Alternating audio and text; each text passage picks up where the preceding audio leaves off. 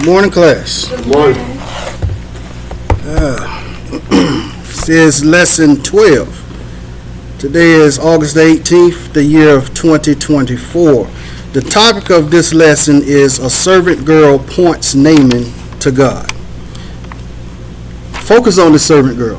Okay. She points Naaman to God. Amen. And as lesson text, we are in 2 Kings, the 5th chapter, 1st through the 5th verse. Then we drop down to the 9th through the 15th verse. And we are in the time between 852 and 848 BC. The place is Syria, Samaria, the Jordan River. The facts. To show the circumstances of Naaman's condition and his pride. The principle is to explain that pride gets in the way of God's solutions for us. Amen. And the application is to exhort students to adopt a humble attitude towards God. Mm-hmm. Now, in this lesson, we are going to be discussing faith, pride, and obedience. Obedience, that's right. Faith, pride, and obedience. Yeah. And like I said, pay close attention to this little girl. I know she's not mentioned very much in here, but it was the faith of this little girl that started the wheels turning. Amen. It was the faith of this little girl. Had not it been the faith of this little girl, Naaman may have still had this form of leprosy. That's right. And they didn't really mention how or what type of leprosy he was actually going through, because leprosy can range anywhere from just having a skin disorder to death. Right. You know, limbs can fall off and all these things. So it doesn't really specify what type of leprosy he had. The only thing it says is he had leprosy. He was a leper. So that can be anything. And by the simple fact that he was, seeking to get help for this, it had to have been some type of a condition that was hindering him in some way. Right, good. So let's just know that he had leper. Now, just like many of us, things that stops us in life is our pride. Right. We'll go as far as our pride will allow us to go. I don't mind asking people for money, but I'm not asking them, because of our pride. Yeah. We don't want certain people to see that we are struggling. We don't want certain people to know that we're sick. We don't want certain people to know that we're feeling bad. It's our pride. I'm a father, so I can be honest with you. Yeah. There's certain times when I'm just not feeling up to it. Right. But most people in my house probably don't know exactly how I feel. That's right. Because it's our pride as men that just won't let our illnesses and sicknesses go out into the house. We stand and we say, you know what, I'm okay. And we can be feeling sick as a dog that day. But to us, I'm okay. What is it you need? We'll go and do it, regardless of how we feeling. It's our pride. And, it starts in this first verse here. It says, now, Naaman, captain of the host of the king of Syria, was a great man, and with his master an honorable, because by him the Lord had given deliverance unto Syria. He was also a mighty man of valor. The thing about that, they saying all of these good things about this man. Look, how many of us in here have a butt? We all have a butt, Yeah. and the thing is, no matter how much Naaman had, he still had a butt. Naaman was this good. Naaman was great. Naaman was honorable. Naaman was a man of valor. Naaman was loved. Naaman was all of these great things, but Naaman was a leper. That's right. And these different areas, we've been learning about lepers in the past, and being a leper, you was deemed to being unclean. And people want to stay away from you, and they don't want to come close to you because they're afraid of getting that close because you can contaminate them and stuff like that. So we find in here that Naaman is a captain in the army, so he's close to a lot of people. But Naaman was a leper. I don't know what that meant for him, being in the army of the Syrians, but he was a leper. He was this great man, but he was a leper. And it's just something about that. If it didn't mean anything, then they would not have said, but he was a leper. So there was something there that was kind of pushing people away or causing some mishaps or some disturbances going on with Naaman, because they specifically said a lot of great things about Naaman. Kenneth Davis, he's a good man. He's a great man. He'll help you do this. He'll help you do that. But I don't know what the but might be. But, there's always a but. Somebody always have a but about you. But, that's a good man. He take care of me. He do this. He do that. He do that. But he broke.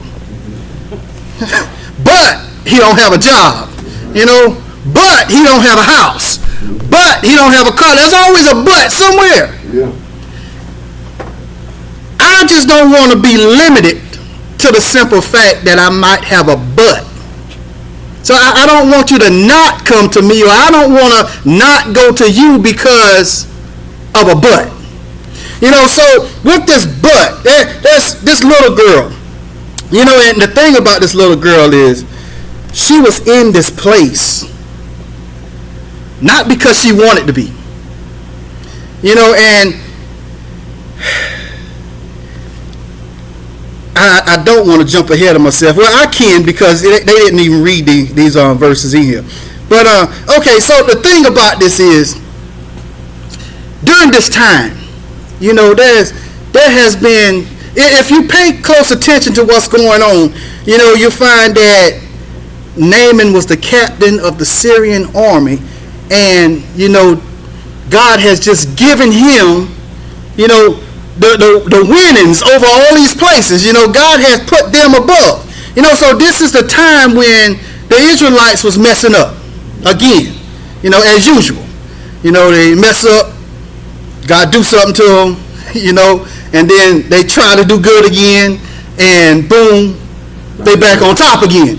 But this is during one of those times. Okay, so in those verses that I haven't read and probably not going to read, there's some things happen. He sent letters to the king, and you find issues going on between the king, and the king rent his clothes. He rip them off because he thinking he's waging war, and it says he's waging war again because they just came out of battle with them. So this king probably thought that he was trying to pick another fight. And that's probably because when the letter was written, it wasn't written in the manner of which it should have been written. They left a lot out. So this king kind of got straight to the point when he wrote the letter. He wrote the letter directly to the king and not mentioning Elisha. So, the king was thinking that maybe he could do this, and you're like, I don't know. I think he's, he playing with me here. I think he's waging another war or something like that, Yeah. But, I'm not going to talk too much about that. Let's just go ahead and get into it now. All right. So we already established the fact that Naaman was a good man. He was a captain. He was a man of valor, man of honor, but he was a leper. And it says, and the Syrians had gone out by company and had brought away captive out of the land of Israel in a little maid, and she waited on Naaman's wife. Okay, so this girl, she was a slave. All right, during this war that went on between the Israelites and the Syrians, they took this girl. They took her as a slave for Naaman's wife, to be a maid, to wait on her, to do whatever she asked her to do. This girl didn't want to do that, but she was a slave and was a captive, so she did it. Now, most of the time, God places people and things in your lives at a certain time for a certain reason. Most of the time, you're stuck in situations for a certain amount of time for a certain reason. So anytime you're stuck into a situation that you don't agree with, the only thing there is for us to do is to keep praying and keep talking to God and hoping that whatever it is we're going through it for a reason. Because God places people and things in our lives for a certain reason. And this little girl here was placed in this particular household for this particular reason. The reasons that you're going through certain things might not be for the benefit of you, but it could be for the benefit of somebody else. And it says, and she said unto her mistress, would God my Lord were with the prophet that is in Samaria, for he would recover him of his leprosy. Now, as I read this verse, now this is me, as I read this verse, the study notes that I was reading through, going through my study notes here in this book, and y'all know the study notes that's in the book is notes that somebody else took, and they wrote it down in the book because they said that this might be a good, focus point for you to go on. Okay, well, I didn't go through it the way that they said it, because in the book it says that Naaman and his wife must have treated this girl nicely because she took it upon herself to try to offer help. So the book said that she must have been treated kindly by Naaman and his wife. Well, I say she could have just been a child of God.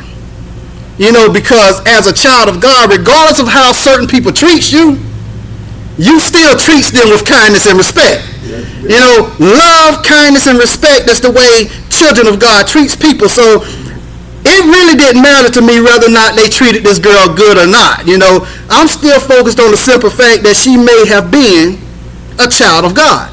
And as long as we're looking at it that way, she's a child of God, meaning that no matter what it is she do, she understands that the position that she's in this position for a purpose.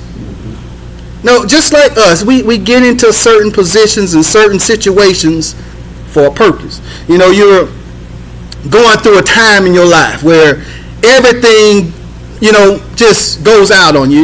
Your car breaks down. Your lights in your house start flickering on you, and your AC just breaks down on you. Things goes on for a certain purpose, and we look at certain things and we say, what? Why am I having it so bad? Sometimes it's a learning point. Might not be a learning point for you. Could be a learning point for somebody else. Right. Might be a simple fact that most people that you are trying to convince and take care of is not seeing it your way, and God is trying to say, what? Let them see exactly what you're going through. So you never know what the situation might be. And I'm not going to try to tell y'all to put a topic or a title on whatever situation y'all are going through. I'm just saying, whatever it is, talk to God about it. Amen. Because whatever the situation is, God is the only one that can heal it. Now, this girl, she had enough of faith to go to them and believe that if he was to go and seek her prophet, Elisha, if he was to go and seek him, then his leprosy will be gone. Just by the simple fact that if you go and find him, I promise you, he will heal your leprosy. That's how much faith she had. Because she understands the dealings that Elisha was actually doing.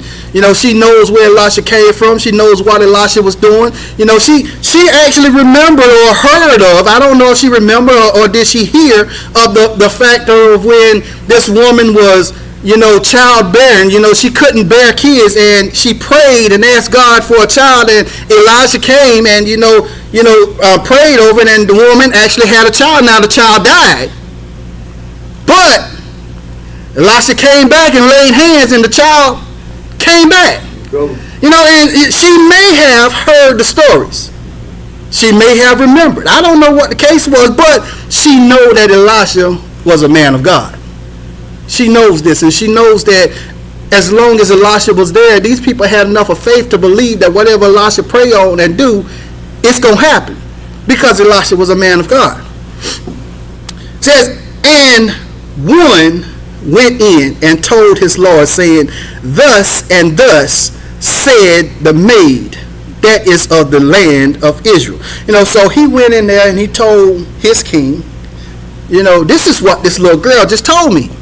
And he had enough of belief in how this girl was talking that he started to believe it.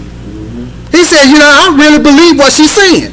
I want to give it a try, because he may have tried everything and it just haven't worked. And when everything that you have tried failed, there's always one that you can always go back to and try. So when everything that you have tried didn't work, you was looking for a job, and every job you went to, you didn't get it. If you was looking for money, and every bank you went to, the loan just got denied.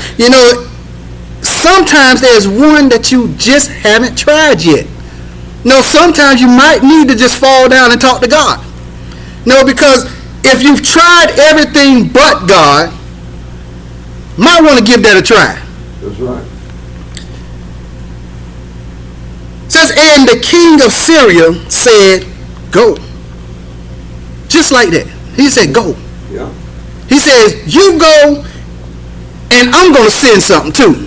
He says, go, and I will send a letter unto the king of Israel. And he departed and took with him 10 talents of silver, and 6,000 pieces of gold, and 10 changes of raiment. So he says, look, if you believe what she say, I'm going to stand behind you. Because this king, he honored Naaman so much. Naaman was a valuable person in his army. He didn't want nothing but the best for Naaman. So whatever it took to make sure that Naaman could get healed, because he was thinking of Naaman's illness. He says, look, if this man has conquered this much with his illness, imagine what could happen if he didn't have it. So if he believed that this will work, I'm for it. Now, it's a good thing to be loved by people. Yeah, some people just feel like, this is my life. I'm going to live my life the way I want to live my life, and there ain't nothing you can say or do to make me change, because I'm going to live my life how I want to live my life. If you keep going around thinking that your life is your life and you live it the way you want to live because it's your life, you shut everybody else out.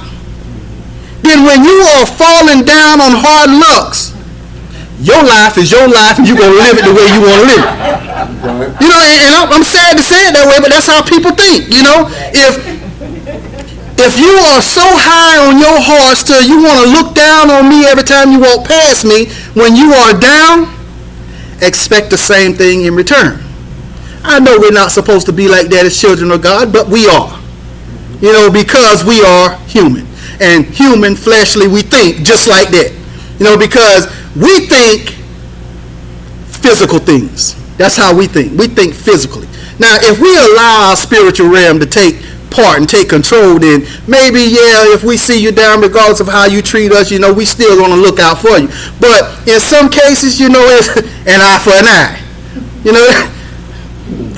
I hate to say it that way, but that's just how us people are. We can go past certain people, and in our hearts, we still feel an eye for an eye. You did me like that, so I'm going to do you like that. We shouldn't do that. I know we shouldn't do that, but we do. And that's why I say we all have a butt factor. We do things because of. It's not always the right thing to do. But see, Naaman, he was sent with 10 talents of silver, 6,000 pieces of gold, and 10 chains of raiment. So, in other words, Naaman had it all. He had everything that you can possibly think of. Naaman had it. Naaman had all the money that you can imagine having. But he didn't have what it takes to fix his problem. It's like us. We look at people out there and we see people with everything that we want, everything that we like, everything that we desire. But what we are not understanding is, what are these people actually going through? We see what they got. We like what they got. We want what they have. But now, if God actually says, okay, I'll give it to you along with everything that they're carrying with it, would you still want it? So See, we're always looking at things from the outside. We don't know what's really going on. We see that these people look like they're doing good.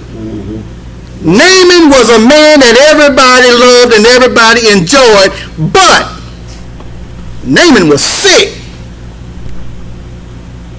Naaman had it all, but he couldn't enjoy it. Naaman had all the money that you can think of having. He had all the nice clothes that you can think of. Naaman rode in on a horse and chariot, meaning that he was up here. Second in command. But he couldn't enjoy it. Naaman was struggling. Be careful about what you ask for. Now, the money that he had, it says 10 talents of silver. You know, I looked it up to find out what 10 talents of silver was, because I was curious as to find out how much this really was. And 10 talents of silver was $272,280. That's how much that was. But it also says he had 6,000 pieces of gold. That rounded out to be $5,441,168. So he took that money to get a healing. Now, today, if we had this type of money, we ain't got no sicknesses. I can tell you that now. There has been enough of advancements in medical technology that if we had the money, any cure is fixed. They didn't have that back then. So it didn't matter how much money he had. Because as long as, if they didn't have God with it, that's just like it is today still. You can still have all the money, but if God says no, the answer is still no. You still got to put God in the mix. That's right. Money is good, but money ain't everything. Nope. You know, and as the minister spoke of about people saying that money is the root of all evil, well, I'm going to tell you something. Plant money in the ground and see if evil grows up. It's not the root of all evil. It is the process that comes along with money. You know, it's how you treat money. It's what you do with money. It's your actions after you grab and hold to these things that is evil. It is not the money. Because money can solve problems. Money can solve a lot of problems. It's the mindset of certain people that grasp hold to this money. It's the love of money. There you go. It's the love of money. When you start putting money over everything, that's when it starts becoming a problem. Yeah. But then again, that goes along with anything else. I can love my car better than I love my wife, and I done started a problem. No, I didn't. No, I did not. I would never love my car better than my wife. That's right. I would never do that. But it's just there's certain people that do, though. Yeah. People do that. Some people put certain things over certain things in their lives. You know, they appreciate this more than they appreciate you. That's just how certain things are. You know, and during this time here, like I said, those few verses that was, read, that wasn't read in this lesson, the letter actually made it to the king of Israel. The letter made it to him, and he read the letter. Now, the letter didn't mention Elisha as the prophet. Didn't mention him. The letter was written directly to the king about healing Naaman of his leprosy. And the king took that letter as a threat. Am I God? I'm not God, so who is he to tell me that I need to come and heal somebody? Who is he? So he's thinking that he want to wage another war against me. So he ripped his clothes up. That's a sign of anger. He ripped his clothes. He want to fight again. But the word got to Elisha, and Elisha told him, he says, direct him to my house. So Naaman shows up to his house. Now this is where the table starts to turn a bit. Yeah. Naaman shows up to Elisha's house, and let me just read it. It says, so Naaman came with his horses and with his chariot and stood at the door of the house of Elisha. So Naaman shows up because Elisha called for him. Elisha said, direct him to my house. So remember, Naaman is second in command, a man of high standards, a man that has been honored by everybody, a man that has been placed on the pedestal from almost everybody. Whenever he shows up, people acknowledges him because of who he is. Now, he shows up to this house. And Elisha sent a messenger unto him, saying, Go and wash in Jordan 7 times, and thy flesh shall come again to thee, and thou shalt be clean. Elisha did not show up to meet him. Right. Elisha sent a messenger to meet him and tell him what he needed him to do. Now, I don't know the reasons that Elisha didn't want to go out there and meet him, but, as I've started, reading through my Bible, I find that whenever God did a lot of miracles, he didn't need an audience. He never even really needed to be there. The only thing that he needed is for you to believe that it was him. So by him just sending this messenger out there, Naaman just needed to have enough of faith to believe that it was God and not Elisha. But see, that's another but, okay? But Naaman was wroth and went away and said, Behold, I thought he will surely come out to me and stand and call on the name of the Lord his God and strike his hand over the place and recover the leper. He's upset because Elisha did not come out to meet him himself, because he's up here. I'm second in command. Yeah. When I show up, people are supposed to acknowledge me. So by the simple fact that he sent out a little servant to meet him, where's the respect? Like, could he not at least come out and meet me? All I ask is that he come out and meet me himself and, pray to his God and lay his hands over me where I'm ill in it and, do these things that he would normally do for certain other people. Now, again, this is me talking, okay? Naaman and Elisha is two different people.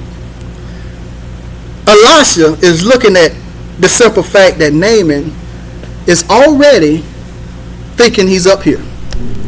Naaman is already believing that people is supposed to bow down and worship him. Naaman believes that he's this and he's that. Naaman believes that when he show up, people are supposed to show respect. Yeah. Naaman is that type of person that because I have gained this role, you're supposed to be there if I show up to your spot. That is Naaman. Naaman is, big-headed. But Elisha, he see who Naaman is, but he know who he is. That's how I look at this. Elisha ain't trying to be like Naaman. Elisha don't want to be like Naaman. Elisha don't care about being like Naaman. The only thing that Elisha is caring about at this point is making sure that Naaman is healed.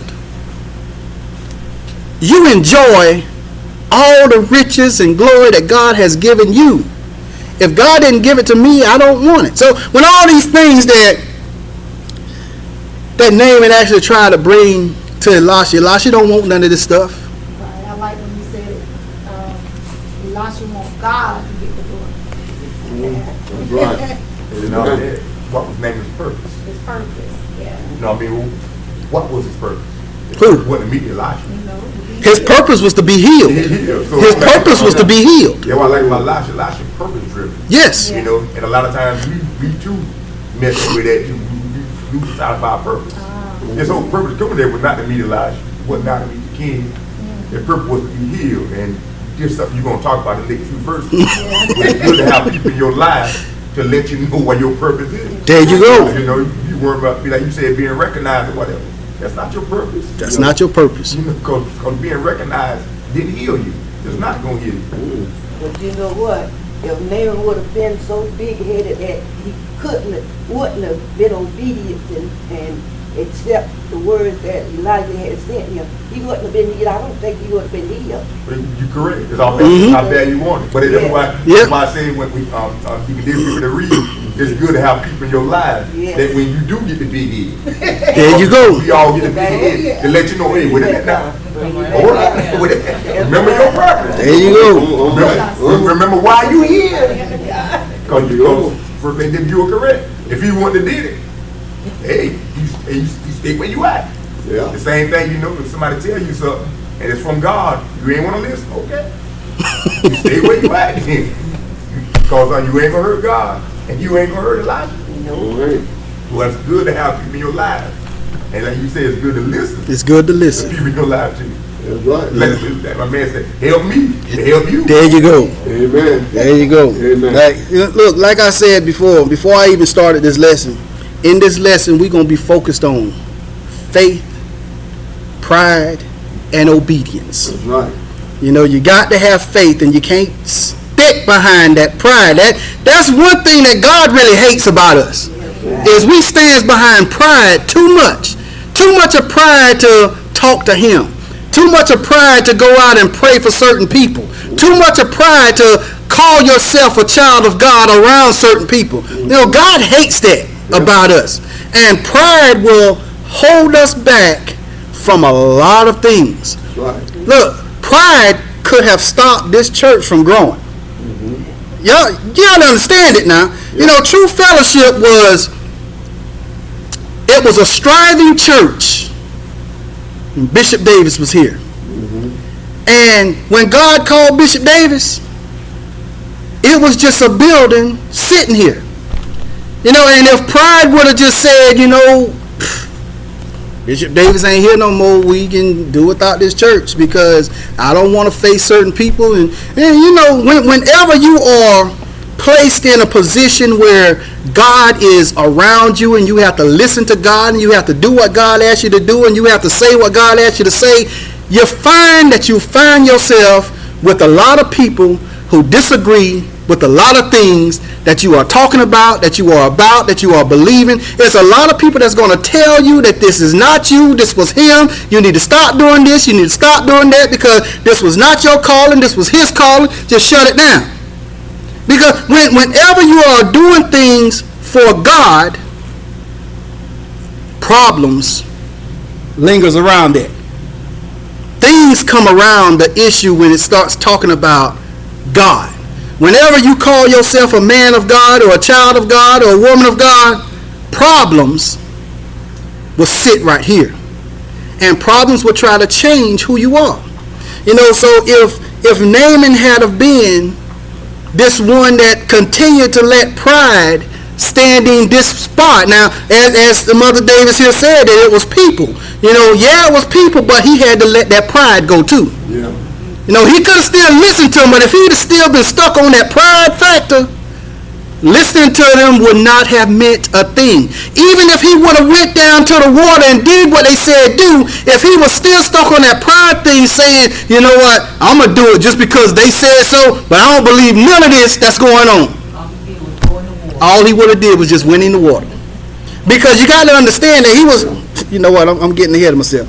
All right, where I'm at now. It says, and he says, are not Abana and Pharpar rivers of Damascus better than all the waters of Israel? May I not wash in them and be clean? So he turned and went away in rage. So he was already thinking that, you know, they think they better than us. What is better about this land that's not our land? Couldn't I have not washed over there? And there you go. The Jordan River was muddy waters, you know. The Jordan River was muddy waters. And he was already placing his area above theirs. You know, so first off, Elisha wouldn't come out and meet him. That already got him, you know, hurting. He's already fired up right now because Elisha didn't want to come out and meet him. You know, now, and as the minister said, he was there for a healing. He ain't even care about Elisha. The only thing he really wanted was to be healed. He wanted somebody by the name of Elisha that they said could do this, to come out and do what he said he could do. That's all he really cared about. He just wanted to be healed. But see, now he's upset because Elisha didn't even show up. I'm a man. I'm up here. You know, I expect to be treated a certain way. And if you don't treat me that way, I got a problem with you. So he had an issue there. And now, on top of that, he's going to tell me that I have to go and wash into this dirty water. Why couldn't he just tell me to just dip in any body of water? I got clean water where I'm at. Why can't I just do it over there? Well, see, it's the thing about being obedience too. That's right. You have to be obedient to God. If God says, hey, I want you to go and pray to that tree, he didn't say go and pray to a tree. He said go and pray to that tree. So whatever God asks you to do, you got to do exactly what God say do. Not because you think it's better over here. Not because you think certain people is going to respect it better over here. But because that's what God said do. Not because that's what you want to do. So he turned away in rage. Mad. Just upset because he ain't got it his way. He can't get it the way he want to have it. This ain't what I thought it was going to be like. You know, and most of the time when you jump into other people's lives, that's how it's going to be. You're going to end up jumping into something that you didn't think it was going to be like. I didn't expect it to turn out this way. Well, that's because that's not your life. It says, and his servants came near and spake unto him, and said, my father, if the prophet had bid thee do some great thing, wouldst thou not have done it? How much rather than when he said to thee, wash and be clean? So, you know, somebody with some sense actually came out and talked to him. You know, somebody with some sense. So basically, all right, he's upset because Elisha didn't show up. Now, that's what he's upset about. Elisha didn't show up. You know, I'm a man second in command now. Where's my respect? Where's my honor? Everybody done told me that I'm a man of valor. You know, I'm supposed to be placed on this pedestal. Where is Elisha when I show up to his house? Instead, he's going to send somebody out here to meet me, and not just anybody, a servant. Somebody who's way beneath me. He's going to send them out here to meet me and tell me what to do. Now, he ain't want to take no orders from somebody like that. But somebody with some sense said, is it different for him to come out here and tell you himself, or send somebody to tell you what he was going to tell you anyway? So if he would have showed up and told you to do this, you would have did it. So because he didn't show up, but he still told you what to do, you're not going to do it. What's the difference? You know, you got to point that out. Yes, ma'am. I was laughing because I was just thinking like the service said, now if he told you to do something so hard, you've been trying to do it, man.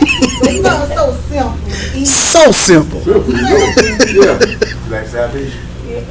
Yeah. So simple.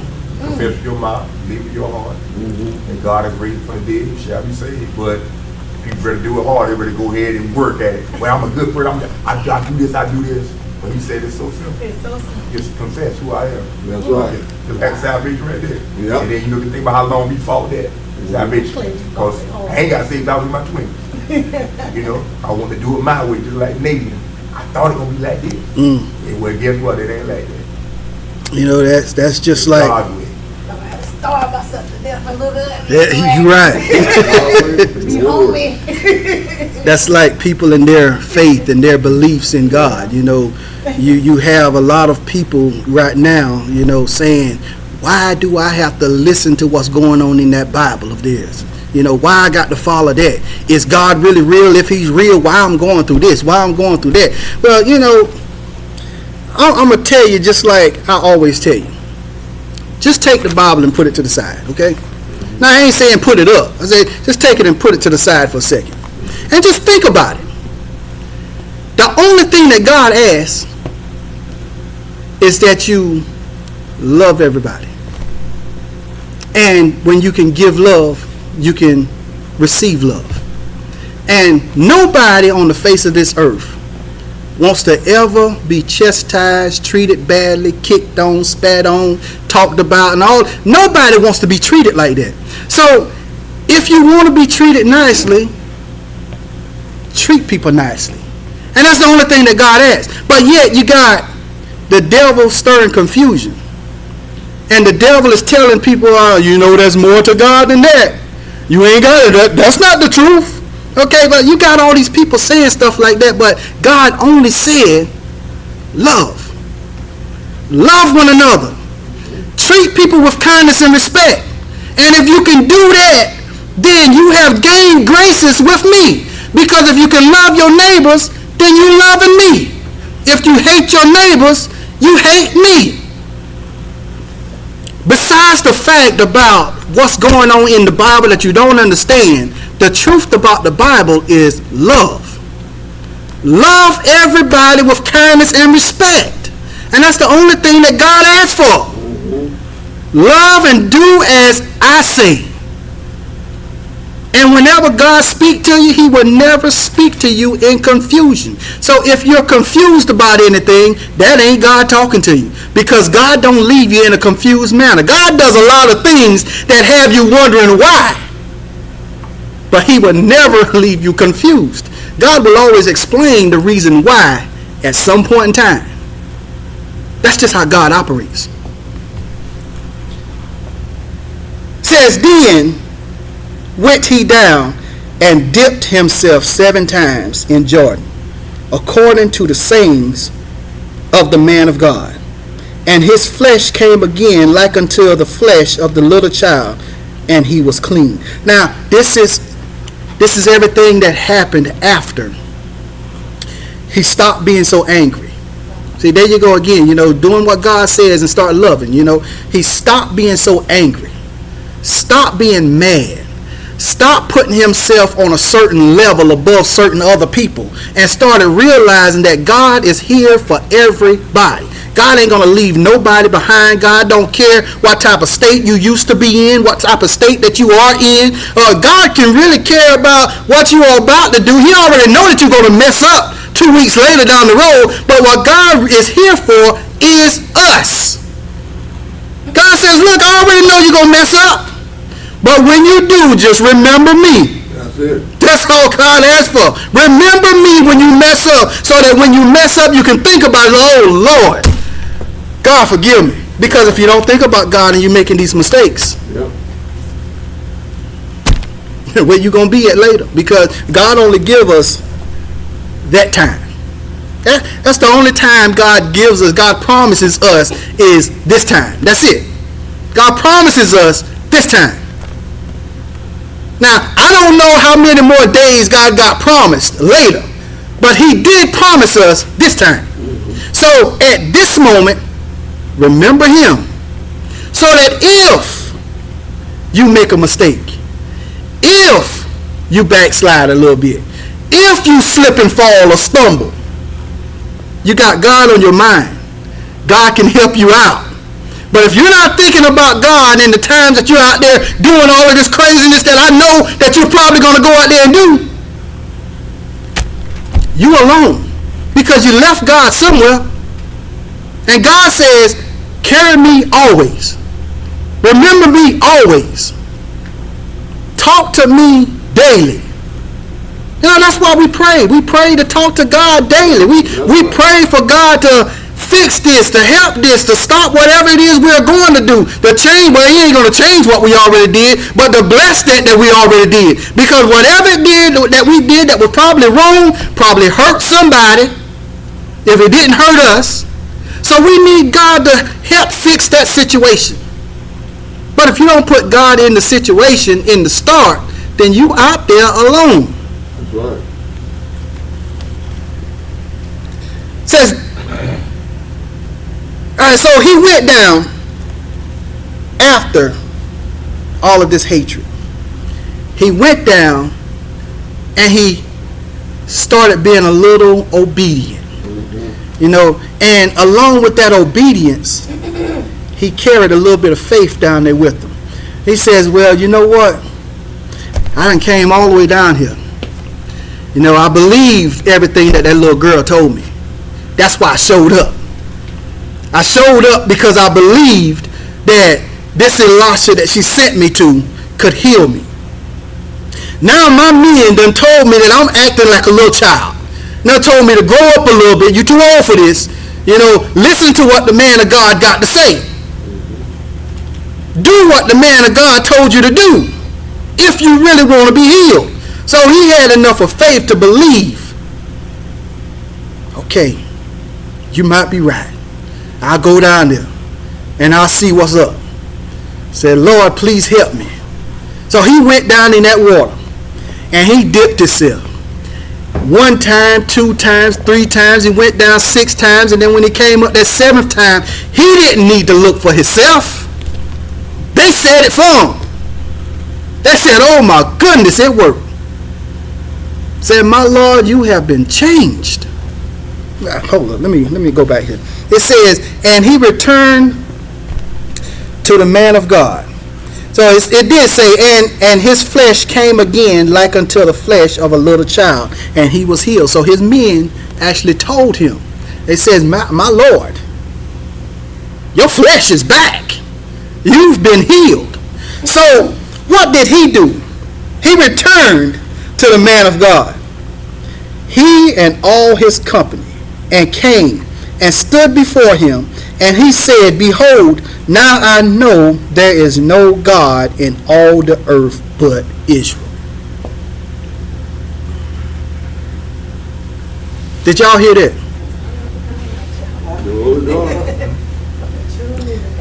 He says, and he returned to the man of God, he and all his company, and came and stood before him. And he said, behold, now I know that there is no God in all the earth but in Israel. There ain't no God no place else but here. See, and you know, we all read through our Bibles. And we've all has run across that little phrase in the Bible that said, read for your self-approval. Understand this for your self-approval. You know, read and gain the knowledge for your self-approval. Now, the whole time that Naaman was facing these problems, he's never been healed. No matter what it was he'd been trying to do to heal this situation, he was never healed until he went down to Israel. He went down there and he did what the man of God told him to do. And he came up out of the Jordan River and his leper was gone. Oh. So what he took out of this was God exists here. This is where God is. Right. God is over here. So you know, I don't believe that God exists no place else but here. That's because his self-approval just told him that. And you know, and how the Bible operates and how God operates is when you read through this Bible and you find something that makes sense to you, God holds you to that. What you read in this Bible for yourself now, I'm talking for yourself. When you're reading through this Bible and you find a certain part that strikes you and gains you the knowledge and understanding of this is what I believe that this means, God holds you to live by that. Because once you've gained that knowledge for your self-approval, and then you step across that line of what you understood and you took out of the Bible, but then you messed up. You understood that the Bible told you I'm never supposed to make left turns. I'm supposed to always make right turns. But then you said, you know what? But I need to make a left turn this way. You know, God's going to hold you to that. Because the knowledge and understanding that you gained out of this was God didn't want you to make any left turns. But then you took upon yourself, it's okay, let me go ahead and make a left turn because it's easier this way. God's going to hold you to that because your belief has stood on the fact that you're not supposed to make left turns. Now, the loophole around that is you don't just read the Bible once. You keep on reading. Because every time you read, you're going to gain different knowledge. You're going to gain more knowledge. You're going to gain better knowledge. And every time you read, God is going to point something else out. But God is going to hold you responsible for all the knowledge that you gain by reading through the Bible. No, I don't know everything. I can't even quote the verses in the Bible. I can tell you some stories that's in the Bible, but I can't tell you where it come from. I can tell you some of the things that I heard from the Bible, but I can't tell you where it come from. You asked me a lot of these questions, I couldn't tell you the answers. But the things that I have read and understood in the Bible, God has stuck that in me for me to follow. And if I step across those lines, then that's between me and God. God going to get me because I understood that this is the way I'm supposed to be living. And when I step across that line, God is going to hold me responsible. Now, the things that I'm telling y'all in here, these are things that I studied for my self-approval. God is not going to hold y'all responsible for those things that I told y'all unless y'all gaining that knowledge and y'all saying, you know what? He is right. This is right. I believe that. I believe. Yeah, then God going to get you for it. He that knows my will and do it not. He will with me. There you go. There you go. So now when it get to this part here where it says, behold, now I know that there is no God in all the earth. That's right. Now he just said in all the earth, but in Israel. Now, if you read down a little farther, you'll find what was his solution to that. I ain't going too far out because the next one's going to be in chapter, it's farther down. I can't remember what chapter. But I ain't getting too far out. But see, if you read a little farther, you'll find that Naaman's solution to this about God is only in this part of the earth, he's planning on taking some of that earth back with him. He said, you know what, I'm just going to, if you don't mind, let me get some of this earth and take back over here with me because God is over here in this land. So I'm going to take this land back with me. So now what he's actually going to gain from that is the God that he started observing. He's taking that God with him where he go. And he's going to start worshiping that God there. And you know how the domino effect works. If you're a man or woman of God and you're believing in the teachings of God and you take your teachings everywhere you go, you're going to knock down another domino somewhere along the line. Somebody's going to grasp hold to the knowledge that you are teaching, and then they're going to start spreading it because you done told them something that they like. And then they're going to take it out there, and then they're going to hit somebody else because they done heard something else that they like. That's how it works. God don't expect for us to do this in here every Sunday and no place else. Coming here is good because God wants us to come together and worship. But this isn't the only place that it's supposed to be done. God wants us to take our knowledge. You can't share knowledge if you're bringing it here every Sunday and talking amongst each other.